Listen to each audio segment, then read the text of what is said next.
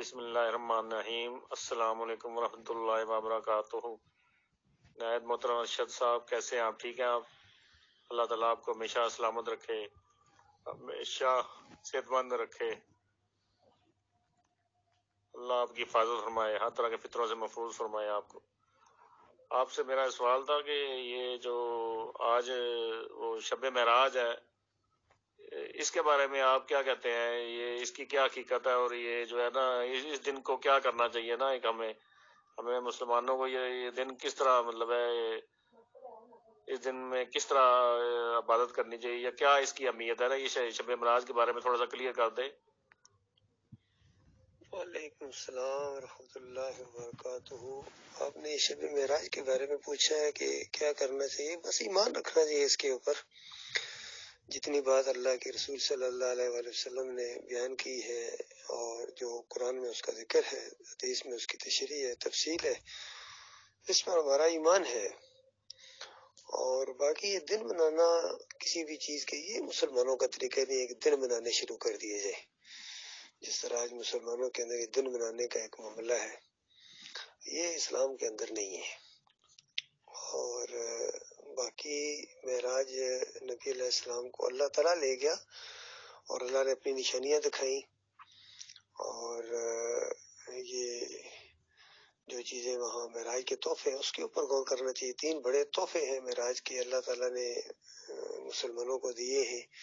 ایک یہ سورہ البقرہ کی آخری 2 آیتیں ہیں، پھر یہ 5 وقتہ صلات ہے، اور پھر یہ بتایا گیا کہ جو یعنی شرک نہیں کرے گا اس کے بڑے بڑے گناہوں کو بھی معاف کر دیا جائے گا۔ تو شرک نہ کرنے کے اوپر زور ہے، تو اس طرف دھیان ہونا چاہیے، یہ اصل چیز ہے۔ باقی دن منانا اور نہ بنا کی نماز پڑھے، اور پھر شرک کے اندر بھی یہ ڈوبے ہوئے ہیں، اور کوئی اہمیت نہیں ایمان عقیدے کی اس قوم کے نزدیک۔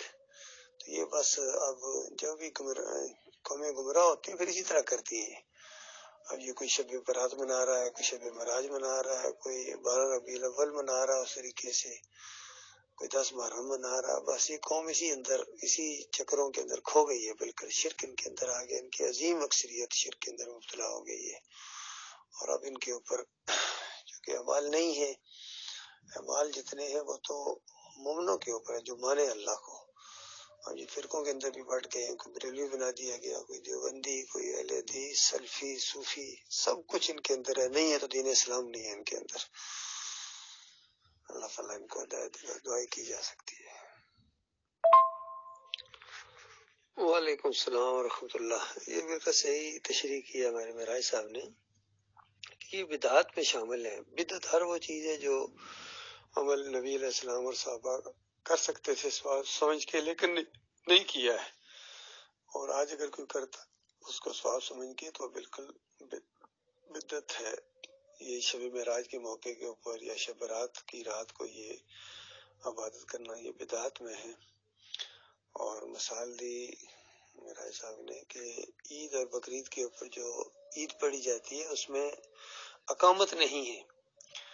ان کے منہ سے نکل گیا وہ تکبیر تحریمہ نہیں ہے، تکبیر تحریمہ تو ہے لیکن اقامت نہیں ہے، اقامت بھی نہیں ہے اور اذان بھی نہیں ہے۔ یہ 2 چیزیں حالانکہ بذات خود یہ بہت بڑی توحید ہے، بہت بڑی یہ پکار ہے، اذان اور اقامت۔ تو جو عید والے دن نماز سے پہلے یہ دونوں چیزیں کہے گا وہ بدعتی کہلائے گا۔ تو یہ بدعت ہے، ان راتوں کی اس انداز سے کوئی اہمیت نہیں ہے۔ ہاں، شب قدر کی اہمیت ہے، اسلام میں شب قدر ہے جو رمضان کی آخری 10 راتوں کے تاک راتوں میں سے ایک رات ہے۔ وہ رات ہے، اس رات جتنی بھی آپ عبادت کریں گے، نوافل پڑھیں، ذکر اذکار کریں اور قرآن کی تلاوت کریں، جو بھی نیک اعمال کریں گے اس رات کو، اللہ کے اس کا بہت بڑا اجر ہے۔ لیکن یہ شب برات والی رات اور یہ معراج والی رات اللہ کی عبادت کرنا شروع کر دینا یہ بالکل بدعت ہے، اس کی کوئی حیثیت نہیں ہے۔ یعنی نبی علیہ السلام معراج کی رات کو گئے ہیں، یہ ایمان ہونا چاہیے۔ ایمان تو ہے، اپنی جسمانی اوپر گئے ہیں، جسم کے ساتھ اللہ لے گیا، اللہ بڑی قدرت والا ہے، طاقت والا ہے، اور وہاں جا کے اللہ تعالیٰ کی بڑی بڑی نشانیاں دیکھی ہیں. اور یہ بھی بات آپ سن لیں، جن لوگوں کا یہ ذہن ہے کہ معراج کی رات نبی علیہ السلام نے اللہ کو دیکھا، انہوں نے بہتان باندھا اللہ کی کتاب کے اوپر اور نبی علیہ السلام کے اوپر، بالکل جھوٹ گڑا. نبی علیہ السلام نے اللہ کو نہیں دیکھا، بلکہ اللہ کی بڑی بڑی نشانیاں دیکھی، جنت دیکھی، جہنم دیکھی اور دوسری چیزیں دیکھی اس طریقے سے. اور جبریل علیہ السلام کو اصلی حالت میں دیکھا. اصلی حالت میں 2 مرتبہ نبی علیہ السلام نے جبریل علیہ السلام کو دیکھا. وہ قاب قوسین کا جو آتا ہے کہ 2 کمانوں کے درمیان فاصلہ رہ گیا، وہ جبریل علیہ السلام اور نبی علیہ السلام کے درمیان، اللہ اور نبی علیہ السلام کے درمیان نہیں ہے. اللہ تو مالک ہے، خالق ہے، اس کو کوئی ان آنکھوں سے نہیں دیکھ سکتا ہے. قیامت کے دن اور اس کے بعد پھر مومن اللہ کی دیدار کریں گے. یہ بھی ہمارا ایمان ہے. اللہ نے وعدہ فرمایا ہے، لیکن اس دنیا میں اس جسم کے ساتھ اس دنیا میں کوئی نہیں دیکھ سکتا ہے. باقی یہ بات بھی ذہن میں رکھی جائے کہ شب معراج کی کوئی تاریخ معلوم نہیں ہے تاریخ اسلام میں.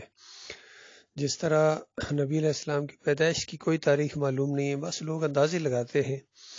اور یہ بھی معراج کی رات کبھی، چونکہ صحابہ نے اس انداز سے اس کو یاد نہیں رکھا کہ اس کو منایا جائے یا یہ کوئی منانے والی چیز ہے. یہ جو کہتے ہیں 27 رجب کو یہ اس انداز سے رات مناتے ہیں، حالانکہ اصل میں شیعوں کی یہ 27 رجب کو یہ کنڈے دیتے ہیں، غیر اللہ کی نظر و نیاز کرتے ہیں. تو اس طرح کی باتیں انہوں نے شیعوں نے زیادہ پھیلائی ہیں. تو زیادہ مسلمانوں کو ان چیزوں سے بچنا چاہیے. یعنی 12 ربیع الاول نبی علیہ السلام کی وفات کا دن ہے، پیدائش کا نہیں. اور معراج کی رات کا کوئی ڈیٹ تاریخ معلوم نہیں ہے. تو اس طرح منانا اور یہ کرنا یہ ساری بدعت ہیں، اور غیر اللہ کی نظر و نیاز جس میں کی جاتی ہے وہ شرک ہوتی ہے. تو ان چیزوں سے بچنا چاہیے بھائی. اسلام بڑا سادہ ستھرا سمجھ میں آنے والا دین ہے، لیکن انہوں نے بالکل بدلی کر دیا. ہر چیز بدلی کر دی ان شیعوں نے. تاریخ بدلی، عقائد بدلے، صلات بدلی، اور صحابہ کے مراتب بدلے، اور لیلۃ القدر کے مقابلے میں یہ لے آئے ہیں معراج کو یا شب برات کو. تو یہ بالکل دین کا مزاج بدلی کر دیا ہے. باقی معراج کی رات پوری کی پوری رات وہ معجزے کی رات ہے، اور معجزہ عقل کو حیران کر دیتا ہے، عاجز کر دیتا ہے. نبی علیہ السلام کو کس طریقے سے مسجد الحرام سے پہلے بیت المقدس لے جایا گیا، اور پھر وہاں امامت بھی کی. انبیاء اوپر سے نیچے نہیں آئے تھے. یہ ایک معجزہ ہے، عقل نہیں سمجھ سکتی ان چیزوں کو. اور پھر صلات فرض ہوئی ہے 5 وقت کی، اور اللہ تعالیٰ نے اعلان فرمایا کہ جو 5 وقت صلات پڑھے گا اس کو 50 کا ثواب دیا جائے گا. تو یہ چیز اصل چیز جو کرنے کی ہے میرے پیارے بھائیوں.